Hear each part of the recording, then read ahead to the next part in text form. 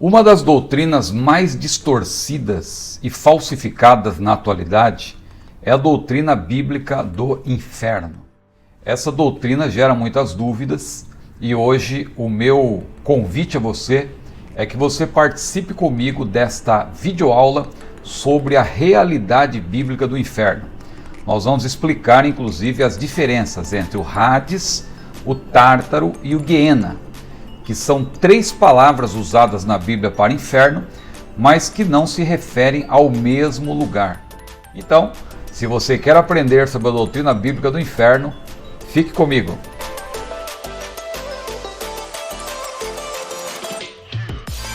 Eu quero saudar a todos com a gloriosa paz do Senhor. Eu sou o pastor Ciro Sanchez Zibordi. Seja bem-vindo ao meu canal. Você que é novo por aqui, já quero convidá-lo a se inscrever. Curta esse vídeo, por gentileza. Você que é inscrito também, compartilhe se você gostar. E eu convido você a se inscrever e também a ser membro do meu canal, porque os membros eles têm alguns benefícios. Um deles é justamente receber este roteiro aqui, que eu vou utilizar. É o roteiro da videoaula que eu preparo cuidadosamente, que não é, eu tenho dito, que não é simplesmente um roteiro com tópicos e subtópicos. É um estudo que eu realmente preparo, bem pesquisado, com bibliografia, que você vai guardar para sempre consultar assim que necessário. Tá certo? Então nós estamos estudando sobre a carreira que nos está proposta, uma lição com uma variedade de temas muito grande, mas todos girando em torno desse assunto geral, a carreira que nos está proposta. Nós já estamos na lição de número 11, tivemos a primeira parte composta de 3 lições, o início da caminhada, a escolha entre a porta estreita e a larga, e o céu. Então tivemos aí um primeiro bloco falando sobre o início, o meio e o fim que nós buscamos, que é chegar no céu e viver para sempre com o Senhor.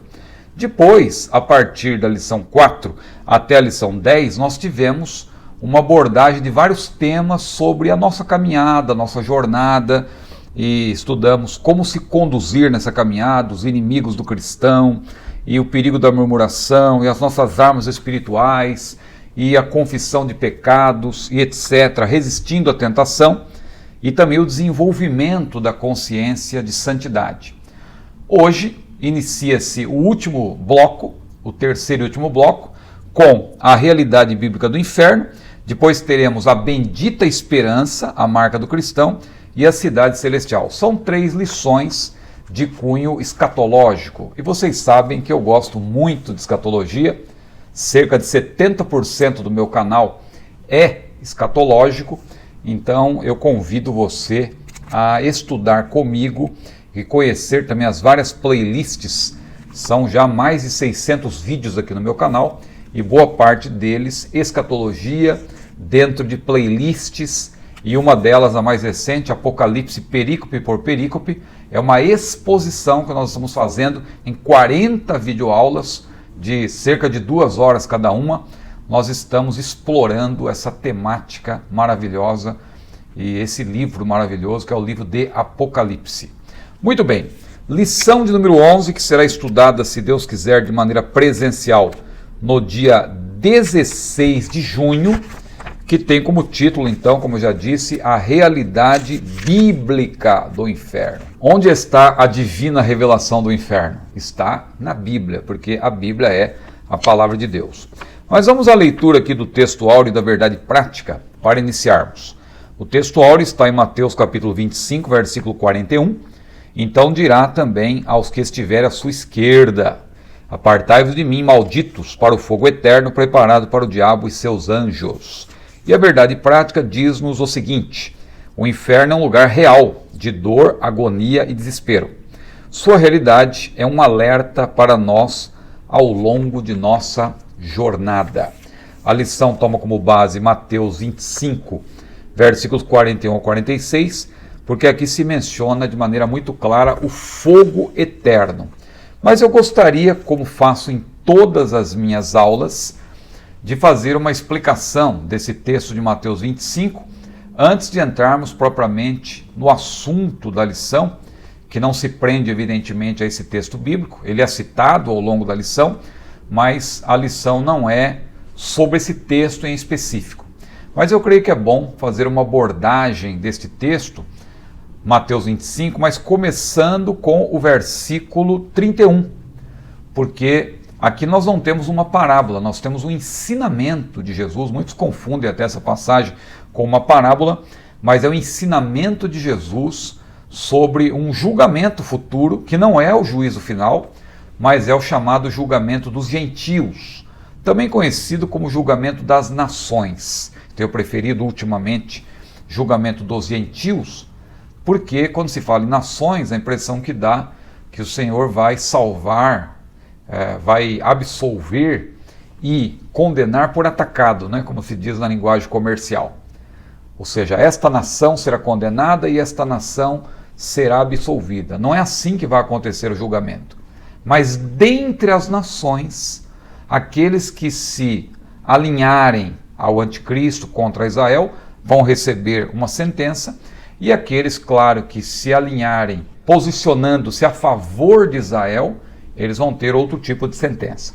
Mas antes de nós entrarmos propriamente nesse texto, a lição de hoje então é sobre a revelação, a realidade bíblica do inferno, e a pergunta que fica a priori é: onde está essa divina revelação do inferno?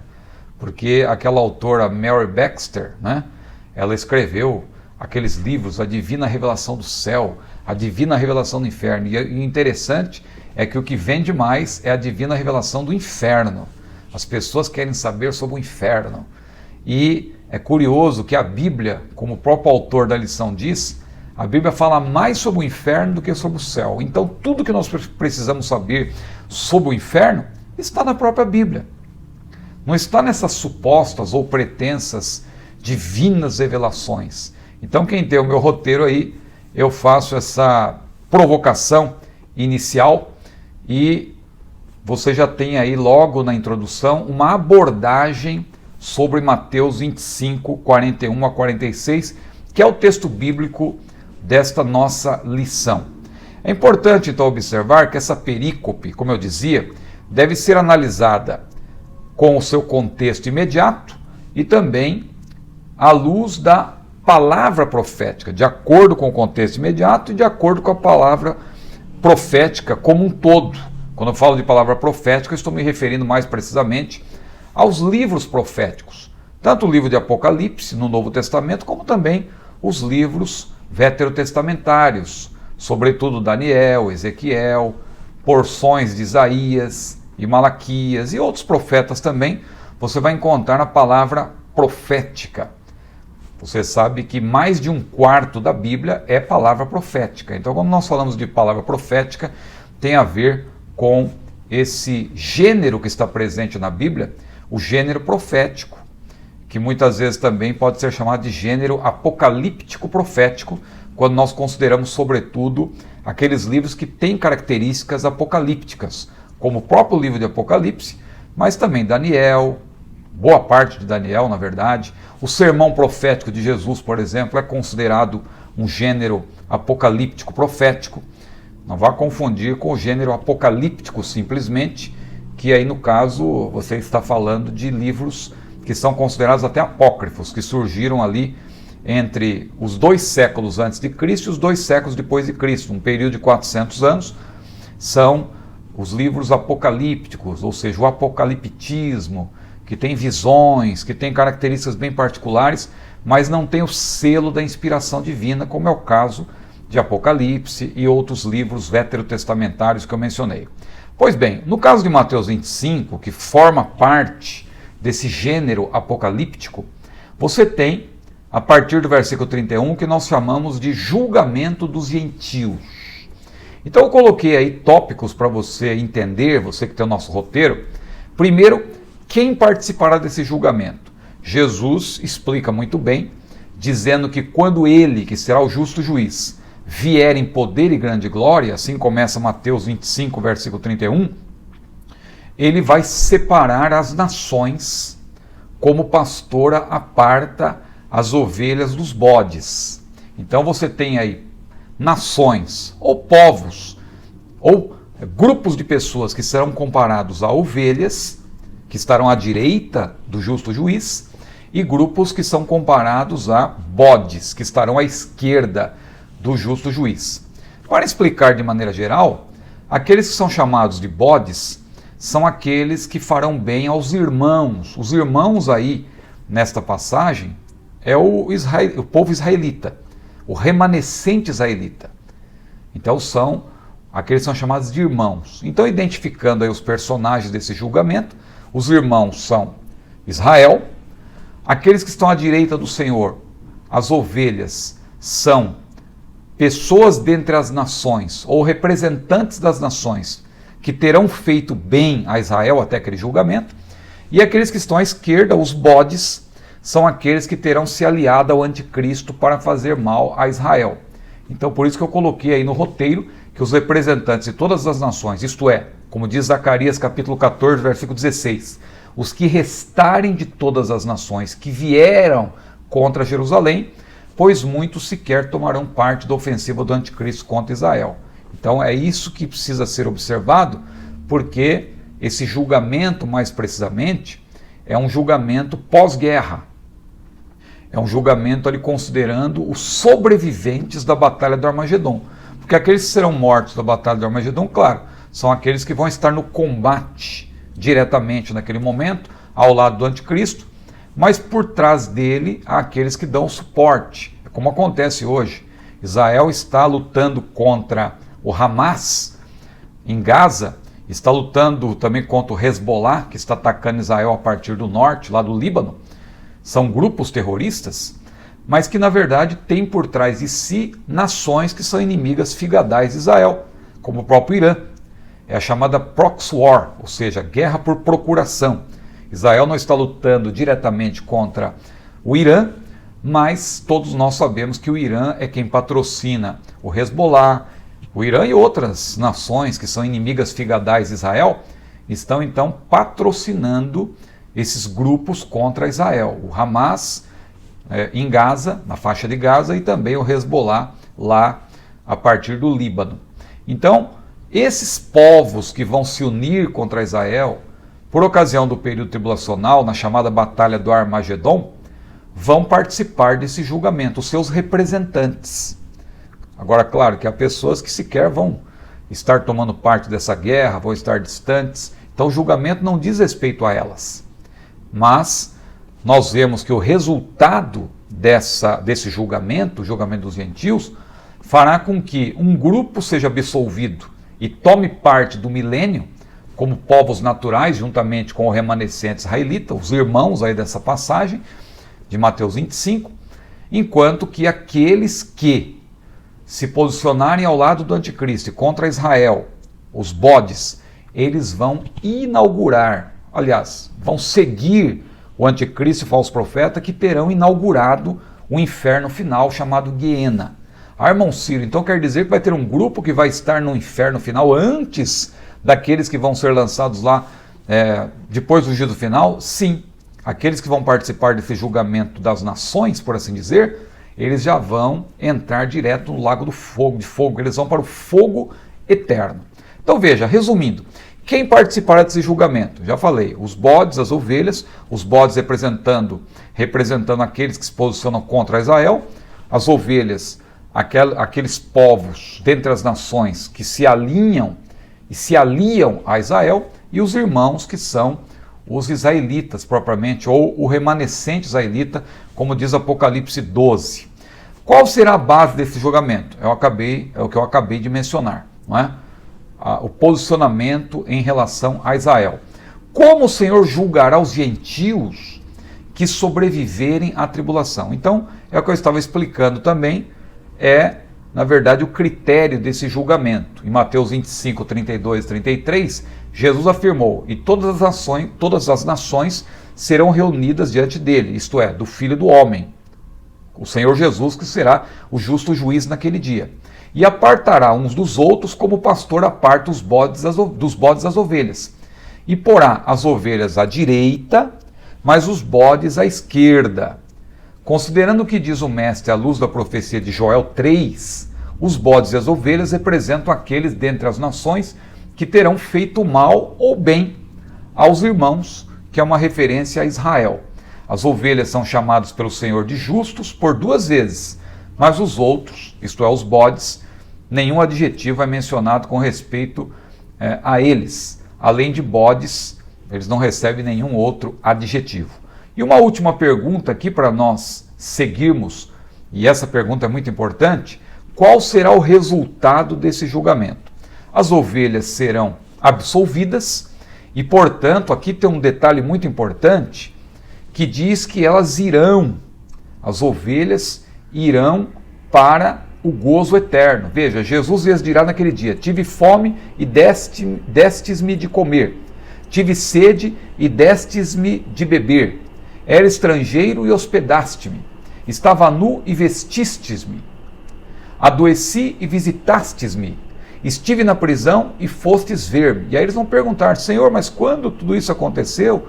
E ele dirá: quando fizeste bem a um desses pequeninos irmãos. Ou seja, o Senhor, o justo juiz, explicará aos justos, isto é, às ovelhas, que ao fazerem bem ao povo de Israel, os seus pequeninos irmãos, estavam tratando, na verdade, diretamente com ele. Versículos 37 a 40. O rei dirá aos que estiverem à sua direita, isto é, as ovelhas: vinde benditos de meu Pai, possui por herança o reino que vos está preparado desde a fundação do mundo. Muita gente confunde isso aqui com o juízo final, achando que Deus vai ali apresentar uma sentença para os ímpios e outra para os salvos. Mas os salvos não precisam de sentença, porque Jesus foi claro a dizer lá em João capítulo 5, versículo 24, aquele que ouve as minhas palavras e crê naquele que me enviou, tem a vida eterna, e não entrará em condenação, ou não entrará em juízo. O termo juízo aí no grego é forense, é um termo que diz respeito a um tribunal. Então Jesus disse: nunca mais entrará em juízo, já passou da morte para a vida, e não entrará mais em juízo. Isso significa que nunca mais o salvo, aquele que partir para a eternidade salvo, ele não precisará passar diante do justo juiz, perante o justo juiz, para receber uma sentença, porque ele já está livre do juízo, nunca mais ele participará do juízo. Então, qual será então o resultado do julgamento aí das ovelhas e dos bodes?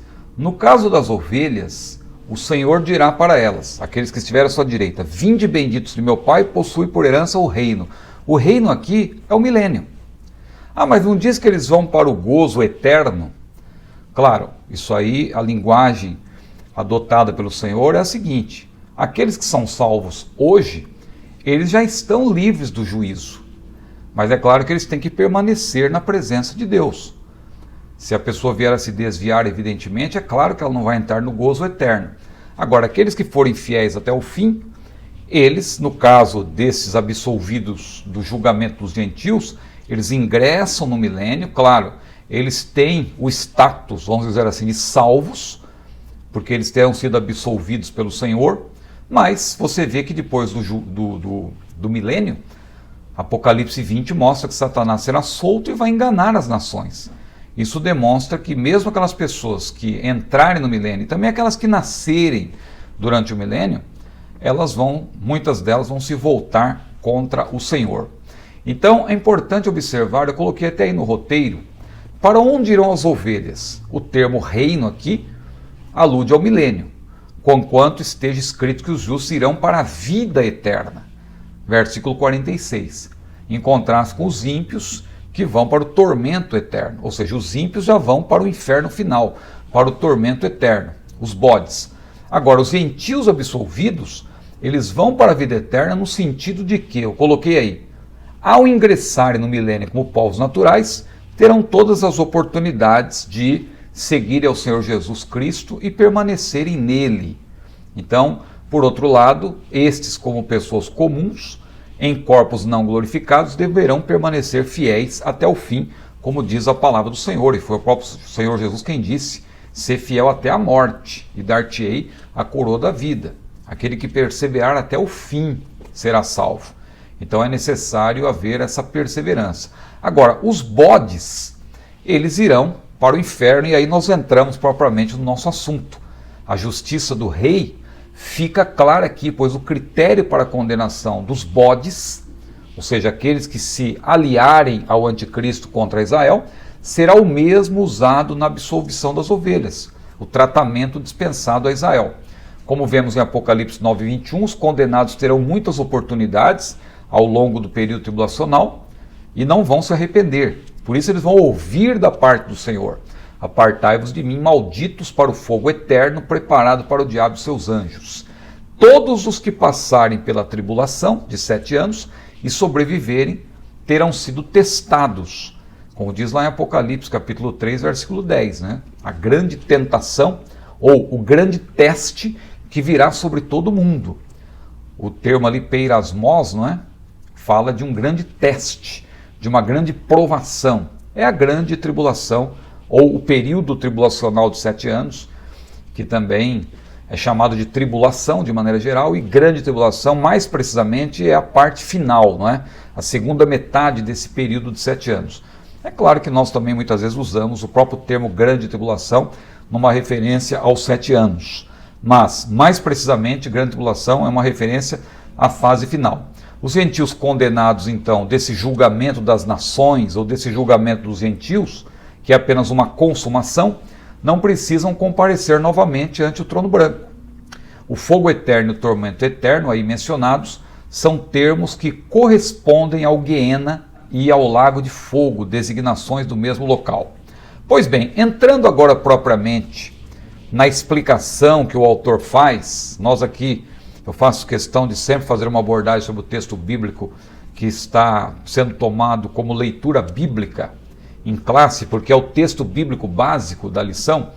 Eu percebo que o autor usou esse texto mais para fazer uma referência ao inferno, mas eu preferi dar uma explicação também sobre o julgamento dos gentios, porque muitos confundem esse julgamento dos gentios com o juízo final, o trono branco, e são duas coisas completamente diferentes. Pois bem, o primeiro tópico fala do pensamento humano a respeito do inferno. Primeiro ponto, os filósofos e teólogos de mente cauterizadas. Então o autor faz uma menção aí da filosofia, e eu aí, para ajudar também os inscritos no meu canal e membros sobretudo, que recebem o nosso roteiro, eu coloquei aí mais algumas referências. Eu citei Russell, eu citei também aí Jean-Paul Sartre. Sartre, por exemplo, diz: o inferno são os outros. E o humanismo, né, que diz que a ideia de inferno não é compatível com os valores da modernidade, e assim por diante. E eu faço uma menção também da própria teologia liberal, que nega hoje a inspiração da Bíblia. Quer dizer, sempre negou, né?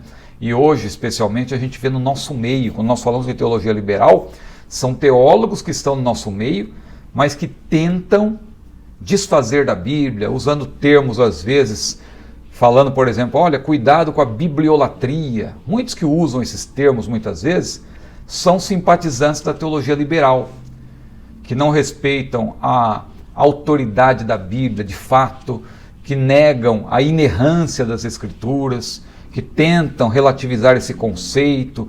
Não, eu creio na infalibilidade, mas inerrância não. Veja, a Bíblia é a palavra de Deus. Se o Deus da palavra inspirou a palavra de Deus, é claro que cada palavra do livro sagrado tem sido preservada. Tem sido preservada. Ah, mas e as traduções? Não se perde? Veja, se nós entrarmos nessa discussão de variantes textuais e manuscritos, claro, alguém vai querer dizer que o texto se perdeu e precisa ser reconstruído, mas eu prefiro crer que Deus preservou a sua palavra a partir de muitas cópias que foram feitas. Não é por acaso que o Novo Testamento tem mais de 6.000 manuscritos. Você acha que isso é por acaso? É justamente para mostrar que o rio continua correndo e a partir da fonte, e as águas chegaram limpas do lado de cá. Então Deus tem preservado a sua palavra, e os teólogos liberais, eles tentam relativizar isso, e muitos deles já não creem mais no inferno, na doutrina do inferno. O autor fala disso. Além dos filósofos que negam a realidade do inferno, há também teólogos liberais, teólogos que não creem mais que a Bíblia é a palavra de Deus. Agora, o segundo ponto, veja, o ensino do universalismo. O universalismo levado às últimas consequências vai pregar até a salvação do próprio Satanás, o perdão concedido a Satanás. Porque o universalismo diz assim, não, Deus é muito bom, você acha que Deus quer que as pessoas se percam? Não, Deus vai dar um jeito de salvar a todos, mesmo aqueles que não se arrependeram. Houve um pregador aí recentemente, que aliás, ele tem entrado em tantas polêmicas, e a gente percebe que ele abraçou de fato a teologia liberal, e também um progressismo aí exacerbado, né, que se volta contra a Bíblia e se posiciona, fazendo aqui uma alusão até ao texto bíblico, se posiciona mais à esquerda, né? E lembre-se que o Senhor dirá àqueles que estão à sua esquerda, apartai-vos de mim. Então, infelizmente, há muitos que estão abraçando aí esse universalismo. Eu dizia desse pregador que, numa certa ocasião, ele cita João 1:29, em que João Batista, referindo-se a Jesus, disse, eis o Cordeiro de Deus que tira o pecado do mundo. E esse pregador disse o quê? Olha, lá no céu, você pode ter surpresa. Já pensou, você está lá sentado à mesa e dali a pouco você olha para o lado e diz, Hitler, você por aqui, mas Hitler, você entregou a sua vida a Jesus? E Hitler dirá, não. Mas Hitler, você foi batizado nas águas? Não. Hitler, você participou da escola dominical? Não. Mas por que você está aqui, Hitler? E dizia o pregador. Hitler então dirá, eu estou aqui porque Jesus é o Cordeiro de Deus que tira o pecado do mundo. Como que dizendo que todos serão salvos, ao fim e ao cabo. Então isso é universalismo, que é refutado pelo próprio Senhor Jesus, porque ele disse que a porta é estreita. Nós temos que entrar pela porta estreita, porque larga é a porta, espaçoso o caminho que conduz à perdição, e são muitos que entram por ele. Então, por isso vem o terceiro ponto também, o alerta apostólico. Os próprios apóstolos alertaram, Pedro, Paulo, alertaram sobre aqueles que apresentariam doutrinas falsificadas. Não vá confundir doutrina falsa com doutrina falsificada. A doutrina falsa é o mal declarado, é aquelas doutrinas que vêm de fora. Agora, doutrina falsificada é aquela que surge entre nós. Tanto Paulo quanto Pedro falaram delas. Paulo disse lá para os Efésios, né, para os presbíteros de Éfeso, lá em Atos capítulo 20, que dentre eles mesmos surgiriam lobos devoradores que não perdoariam o rebanho. E Pedro, na sua segunda carta, capítulo 2, ele também falou que surgiriam falsos mestres entre o povo que disseminariam de maneira ali camuflada, ali falsas doutrinas. Então tudo isso, nós temos aí o alerta. Paulo falou também em Gálatas 1:8, ainda que nós mesmos, um anjo dos céus, vos anunciou outro evangelho, além do que já vos temos anunciado, seja anátema. Então, é nesse sentido que o autor fala do alerta apostólico. Mais precisamente, há pessoas hoje, falsos mestres, falando contra a realidade do inferno. Aqueles que pregam o aniquilacionismo, por exemplo, né? Os adventistas pregam o aniquilacionismo. Não, Deus é misericordioso, Ele não quer que as pessoas sofram por toda a eternidade, então Ele vai aniquilar os ímpios. Após o julgamento, eles vão ser aniquilados, eles vão deixar de existir. É uma posição que, claro, atende aí a lógica humana e de achar que Deus tem que ser compassivo, tem que ter compaixão, Deus jamais faria isso, mas não podemos negar a realidade do inferno. E aí temos o segundo tópico. Veja, há muitas outras referências aí no meu roteiro que eu não estou citando, mas você que tem o roteiro, você pode explorar aí nesse primeiro tópico. Mas eu considero que o segundo tópico é onde está, na verdade, o assunto principal da lição de hoje, como a palavra inferno aparece na Bíblia. Porque, veja, na língua portuguesa você lê inferno, mas muitas vezes o termo no original não é inferno, não se refere ao inferno final, mas se refere a um inferno, não deixa de ser um inferno, mas não é o inferno. Quando nós falamos que o inferno, propriamente dito, ainda não foi inaugurado, nós estamos falando do inferno final, que recebe na Bíblia alguns nomes, entre eles Guiena. Mas antes de falar disso, o autor então fala aí do inferno no Antigo e no Novo Testamento. No Antigo Testamento, o termo mais comum para inferno é uma palavra que precisa ser bem compreendida, que é o termo Sheol, que tem o seu equivalente no grego Hades. Se você ler a versão Septuaginta, ou seja, o Antigo Testamento em grego, em vez de encontrar Sheol, você vai encontrar Hades, porque Hades é o termo grego aí que se refere a um lugar dos mortos, que nós vamos ver no Novo Testamento, mais precisamente, é uma referência ao lugar intermediário onde estão os ímpios, porque os salvos não estão no Hades. Mas no Antigo Testamento, Sheol ou Hades era uma região só, que Jesus explicou que tinha ali um abismo separador. Quando você lê Lucas capítulo 16 sobre a história de Rico e Lázaro, não é a parábola de Rico e Lázaro, é a história de Rico e Lázaro, você vai ver que havia um abismo separador entre aqueles que estavam em tormentos e aqueles que estavam sendo consolados, mas na mesma região, identificada como Sheol ou Hades. Então o autor explica aí, você vê no Antigo Testamento a palavra Sheol, que muitas vezes é tomada como sentido de sepultura, mas não é propriamente sepultura. Sheol é uma referência ao lugar dos mortos, mas é o lugar da parte imaterial dos mortos, isto é, a sua alma. A alma e o espírito, né, que são distintos, mas são indivisíveis, constituindo o homem interior, como falou Paulo. Então eu coloquei no roteiro, é importante você observar que na morte a alma se separa do corpo, há várias referências sobre isso, e todas as pessoas ao morrerem, salvas ou perdidas, ficam sob o controle de Deus. O pó volte ao pó como era, e o espírito volte a Deus que o deu. Não é que todos os espíritos voltam para Deus, é que todos os espíritos, dos salvos ou dos ímpios, ficam sob o controle de Deus. O caso do salvo, claro, o Senhor leva para um lugar de gozo. Desde o Antigo Testamento, hoje, a pessoa vai lá para o terceiro céu, que é o paraíso.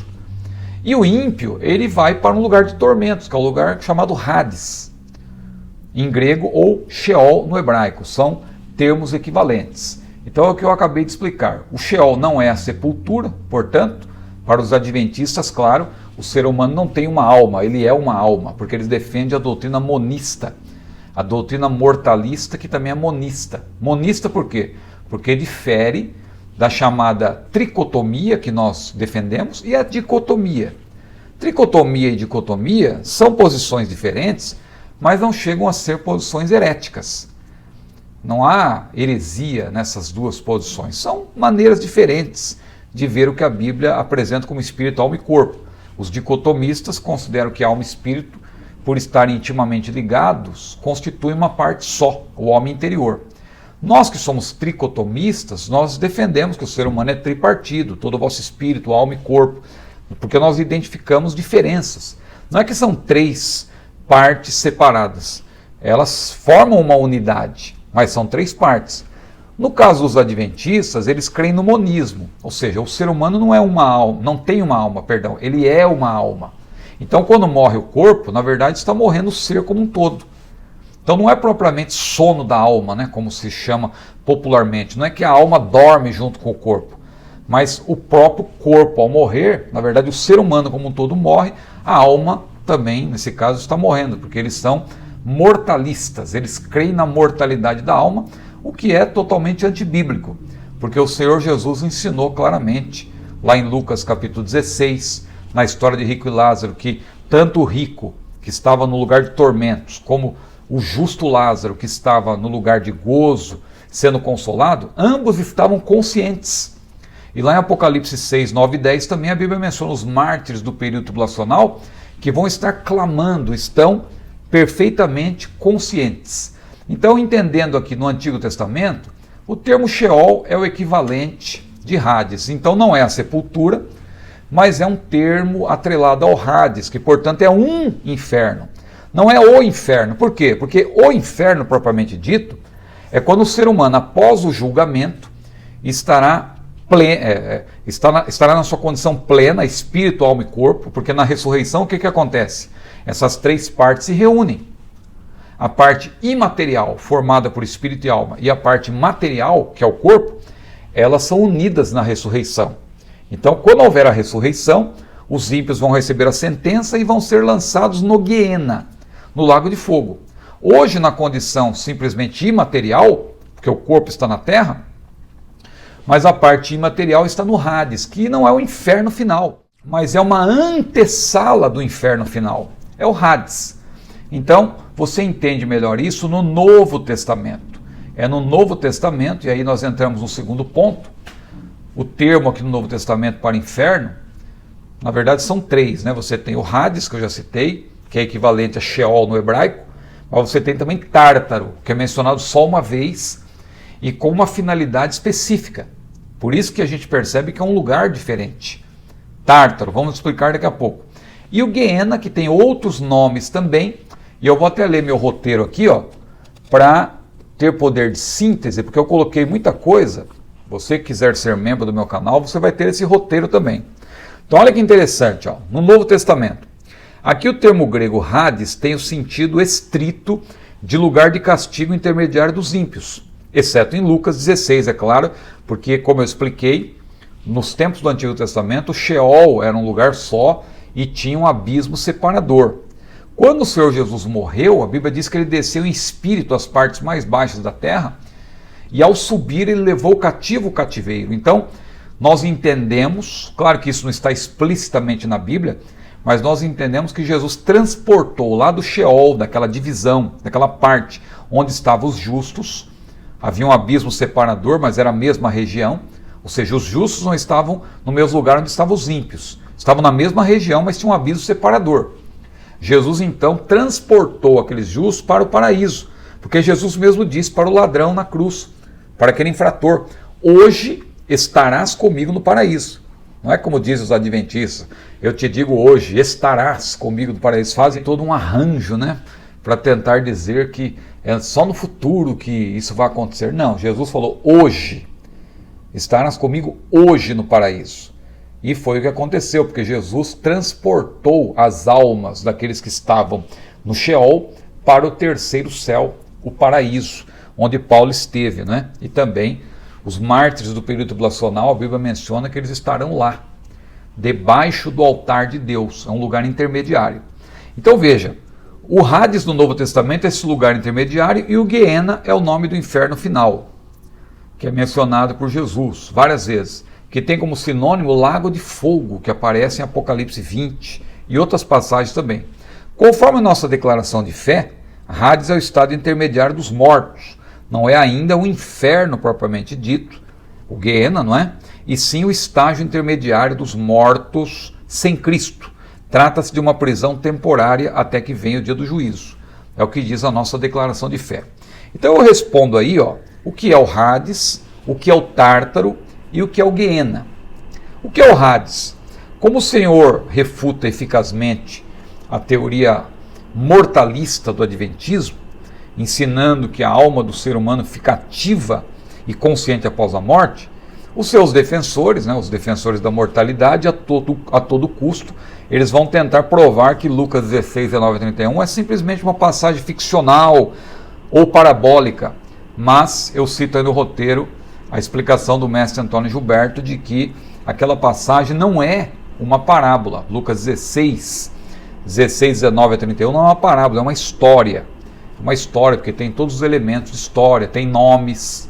Em parábolas não precisa, a rigor, mencionar os nomes, Para que mencionar Lázaro e o rico? Não tem o nome, mas ali identifica-se uma pessoa que era conhecida por Lázaro e tal. E a maneira como estão as frases ali, como está a construção frasal no grego, você percebe que não é uma parábola. O mestre Antônio Gilberto explica isso muito bem no seu livro, O Calendário da Profecia. Antes da obra redentora, então, aquilo que eu expliquei. Todas as almas iam para o mesmo local, o Hades, conhecido como Sheol, mas tinha um abismo separador. Jesus explicou que as pessoas não estavam juntas, mas havia a separação entre justos e ímpios. Os ímpios permanecem lá, as suas almas no Hades, que é o mesmo local, só que os salvos foram transportados para o paraíso, debaixo do trono de Deus, como diz Apocalipse 6, 9 e 10. As almas no Hades, elas estão conscientes, como nós falamos. Então tem vários textos que explicam isso.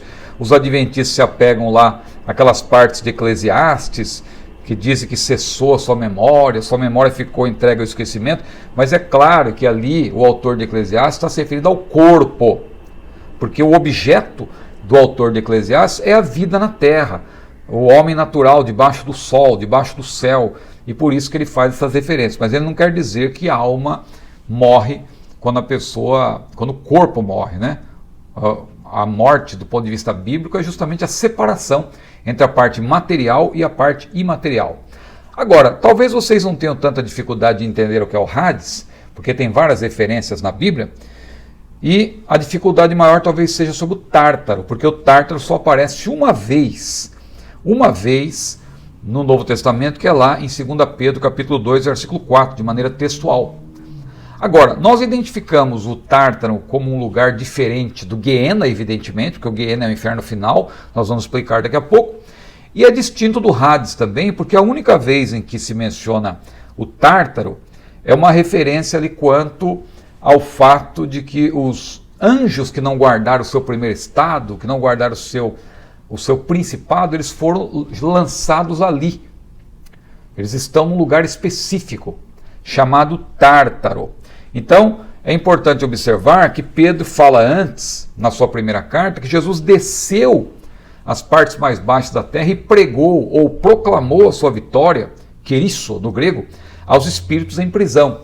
Eu creio que Jesus pregou também a esses anjos e ele também proclamou a sua vitória para aqueles que estavam no Hades, que eram salvos, que foram transportados, foram tirados de lá, e os ímpios permaneceram ali, mas ouviram sobre a vitória. Eles que desprezaram a mensagem de salvação, eles ouviram ali que Jesus é o Salvador, ele é o vencedor.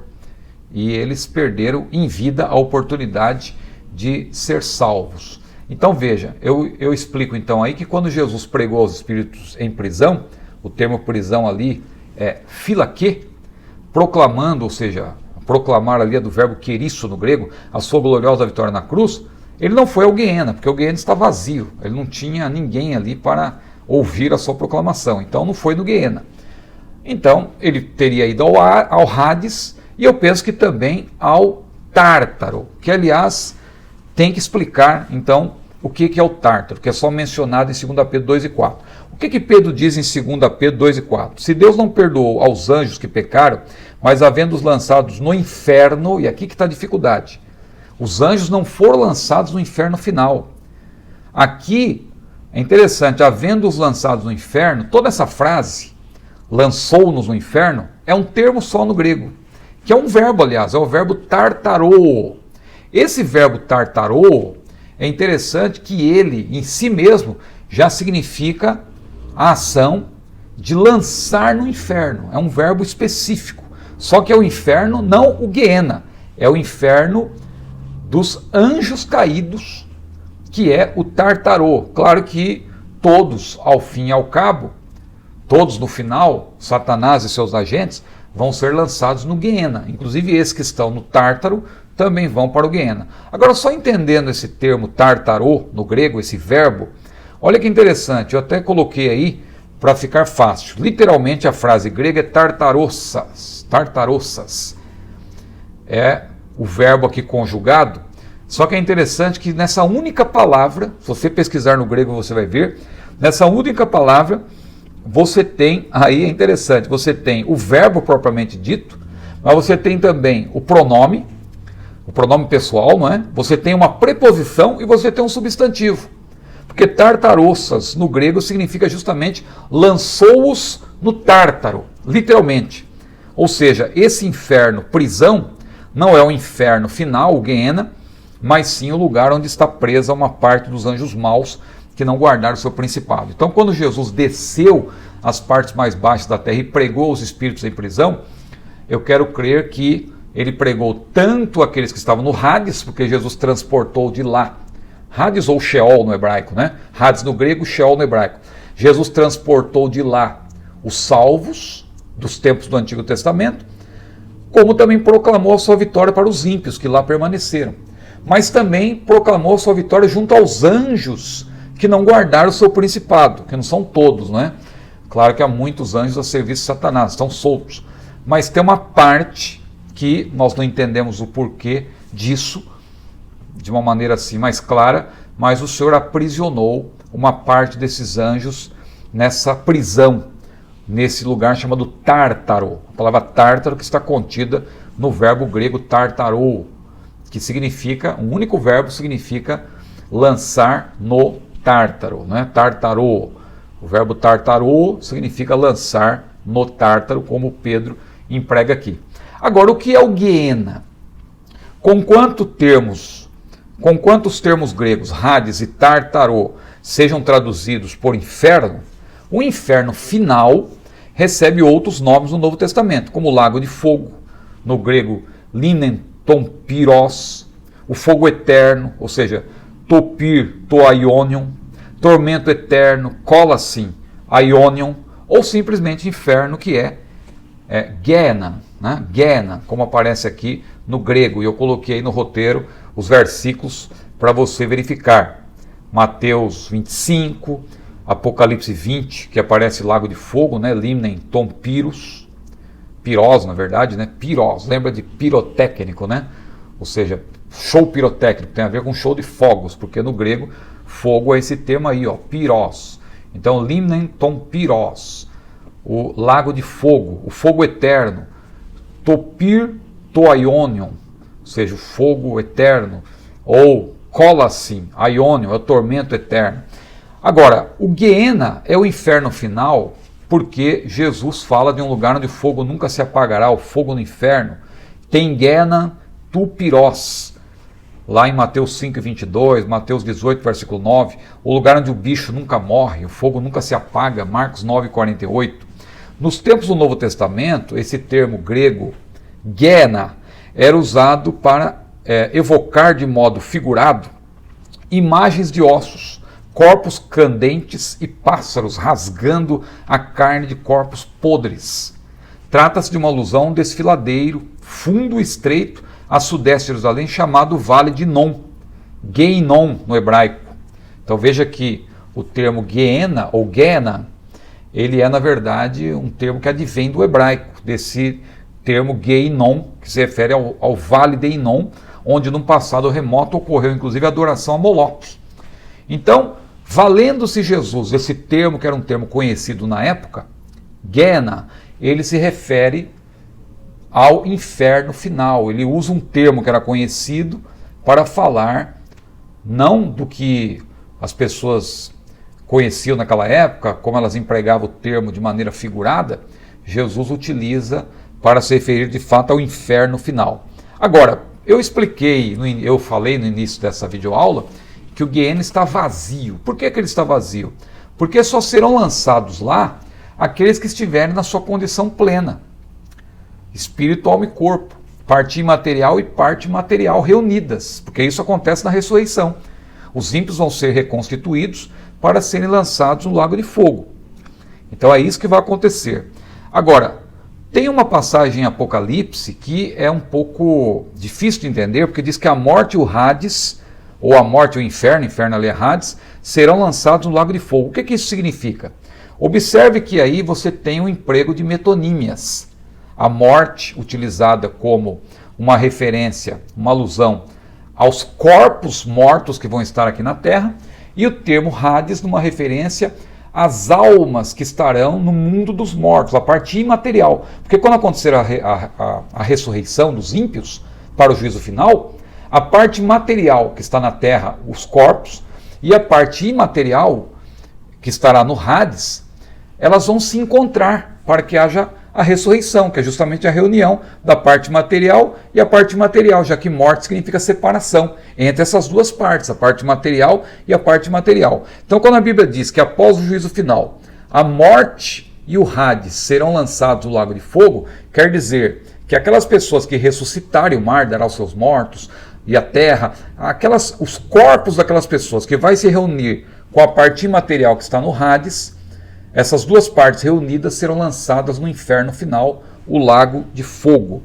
Então, tanto o vocábulo morte, está bem explicado, modéstia à parte no meu roteiro, tanto o vocábulo morte como o termo inferno são termos metonímicos. É figuração de linguagem. Metonímia é uma figura de linguagem, quando você usa uma palavra no lugar de outra para você fazer uma explicação. Não é que a morte aí significa morte propriamente dita, mas os corpos mortos. E o Hades representa as almas desses mortos. Então, conclusão. Diante do exposto, podemos entender melhor a frase: a morte e o inferno foram lançados no lago de fogo. Apocalipse 20, versículo 14. ela denota que cada perdido, após seu corpo e seu espírito mais alma saírem do lugar onde estiverem para se reunirem na segunda ressurreição, a da condenação, ouvirá a sentença do justo juiz e será lançado no lago de fogo ou Guiena. Por isso que Jesus falou: não temais os que matam o corpo e nada podem fazer com a alma, temei antes aquele que pode fazer perecer no inferno, e aí é Guiena, tanto a alma quanto como o corpo. E o terceiro e último tópico, primeiro temos o conceito bíblico de inferno, é um lugar real, preparado por Deus para o diabo e seus anjos. Jesus falou lá em Mateus 25, 41 e outras passagens correlatas.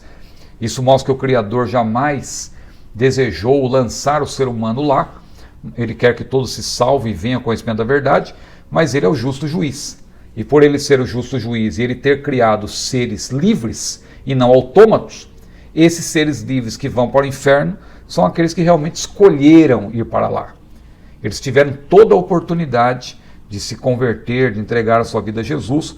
Por isso que a Bíblia é clara ao falar daqueles que vão para o lago de fogo, Apocalipse capítulo 21, versículo 8, quanto aos tímidos, e aos incrédulos, e aos abomináveis, e aos fornicários, a sua parte será no lago que arde com fogo e enxofre, o que é a segunda morte. Então, o mesmo Senhor também diz que ficarão de fora os cães, os feiticeiros, e os que se prostituem, e os homicidas, e os idólatras, e qualquer que ama e comete a mentira. Em outras palavras, irão para o Guiena todos aqueles cujos entendimentos foram cegados pelo Deus desse século, que é mentiroso e pai da mentira. O segundo ponto, o que ensina esta doutrina? O que ensina a doutrina do inferno? Como nós vimos já nos tópicos anteriores, essa doutrina, visto que é mais enfatizada que a do céu, é plenamente bíblica, e quem mais discorre sobre ela é o próprio Senhor Jesus. Ele diz que a alma e o corpo dos ímpios perecerão no Guiena, Lucas 12, 5, Mateus 23, 33, bem como nos alertou de que no Guiena o fogo nunca se apaga, ou seja, topir to asbeston no grego. O Hades é um lugar de tormento provisório da alma, diferente do Guiena. Porém, o lago de fogo é o inferno definitivo para o ser integral, espírito, alma e corpo, um lugar de ignomínia, agonia, dor e tristeza eternos, contrastando com o céu, um lugar de gozo eterno. E, finalmente, o último ponto, o terceiro, o castigo será eterno. Em Mateus 3:12, o Senhor Jesus diz que o juízo no inferno será literalmente com fogo inextinguível. É o termo que eu usei agora há pouco, piri asbesto, não é? O verbo relacionado com esse adjetivo, asbestos, sem a partícula negativa, isbenime, aparece em Efésios 6,16, 1 Tessalonicenses 5,19, quando diz lá, não apagueis o espírito, é o verbo aí, na verdade o termo, não apagueis, não é? É o verbo justamente, sem a negação, porque asbesto, você tem a negação, não se apagar, é uma referência a não se apagar. Aí Paulo falou, não apagueis o espírito, ou não extingais o espírito. Paulo também falou em Efésios 6,16 da armadura do cristão, do escudo com o qual podeis apagar os dardos inflamados do inimigo. Então, o verbo isbenime é justamente apagar, mas quando você vê aí asbestos, que é um adjetivo, ele faz uso desse verbo, mas tem uma partícula negativa para dizer que o fogo no inferno nunca se apagará.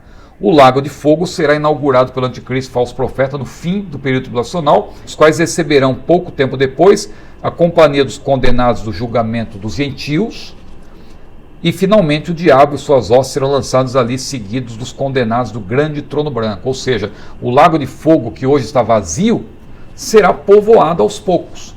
Primeiro o anticristo e o falso profeta, depois vem os condenados do julgamento dos gentios, mais adiante o diabo e suas hostes, e também, depois do juízo final, todos aqueles cujos nomes não forem encontrados no livro da vida.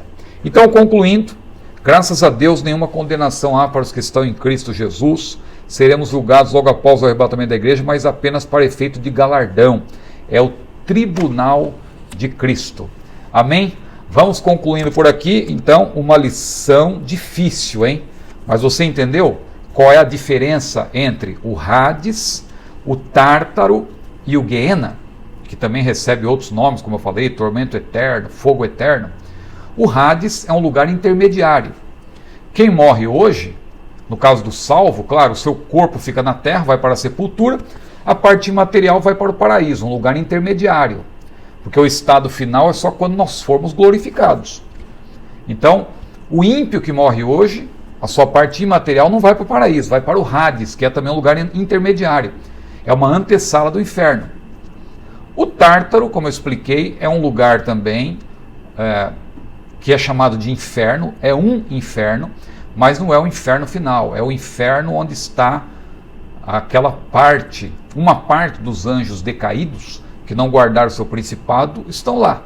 E Jesus, quando desceu para proclamar a sua vitória aos espíritos em prisão, eu creio que ele foi ao Hades e foi também ao Tártaro. Agora, o Guiena é o inferno final. É o lugar para onde vão aqueles que forem julgados, seja no julgamento dos gentios, Mateus 25, a partir do versículo 31, que eu expliquei no início dessa videoaula, ou seja, aqueles que vão passar pelo juízo final, o trono branco, eles já vão estar na condição plena, espírito, alma e corpo, então eles serão lançados também no Guiena. E aí você entende o porquê de a Bíblia dizer que o Hades, o inferno, que é um inferno, que é o Hades, e a morte, que representa os corpos mortos, quando houver a reunião na ressurreição da morte e do Hades, isto é, os corpos mortos com as almas, a pessoa vai comparecer perante o justo juiz na condição plena, e aí sim, após a sentença, Hades e morte, ou morte e Hades, serão lançados no lago de fogo. Quer dizer que o ser humano integral, espírito, alma e corpo, recebendo a sentença, o ímpio, ele vai ser lançado no inferno final, o lago de fogo. Amém? Espero ter podido ajudar você, mas eu insisto, você que deseja entender melhor, você viu que eu expliquei aqui de maneira bem rápida, mas se você quiser uma pormenorização, olha aqui o roteiro. Uma parte apareceu na tela aí, ó, mas olha aqui o roteiro completo. Você tem bibliografia, você tem o detalhamento de toda essa doutrina, a doutrina do inferno. Chegamos então a mais uma lição, a próxima também é escatológica, hein? A bendita esperança da igreja. Você é meu convidado para toda semana assistir essas videoaulas comigo. Que Deus abençoe a sua vida, a paz do Senhor.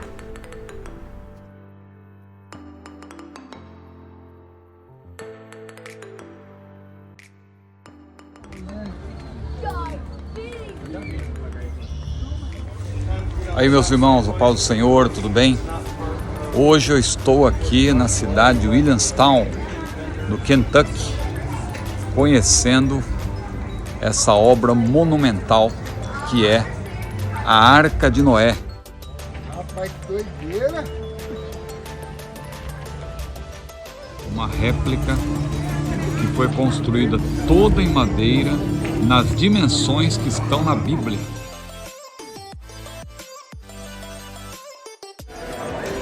Ei, pastor Gilead, homem de Deus.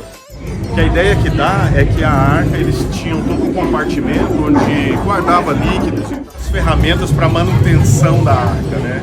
E aqui seriam as gaiolas onde ficavam os animais menores, roedores, anfíbios.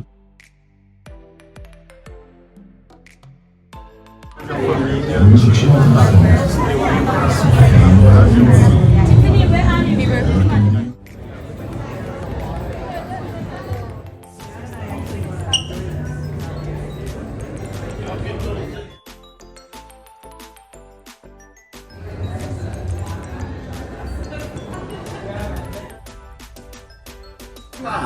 in all directions, even backwards. My wife, she likes that tall, long-necked brown and white animal. Toda marceneiro é forte.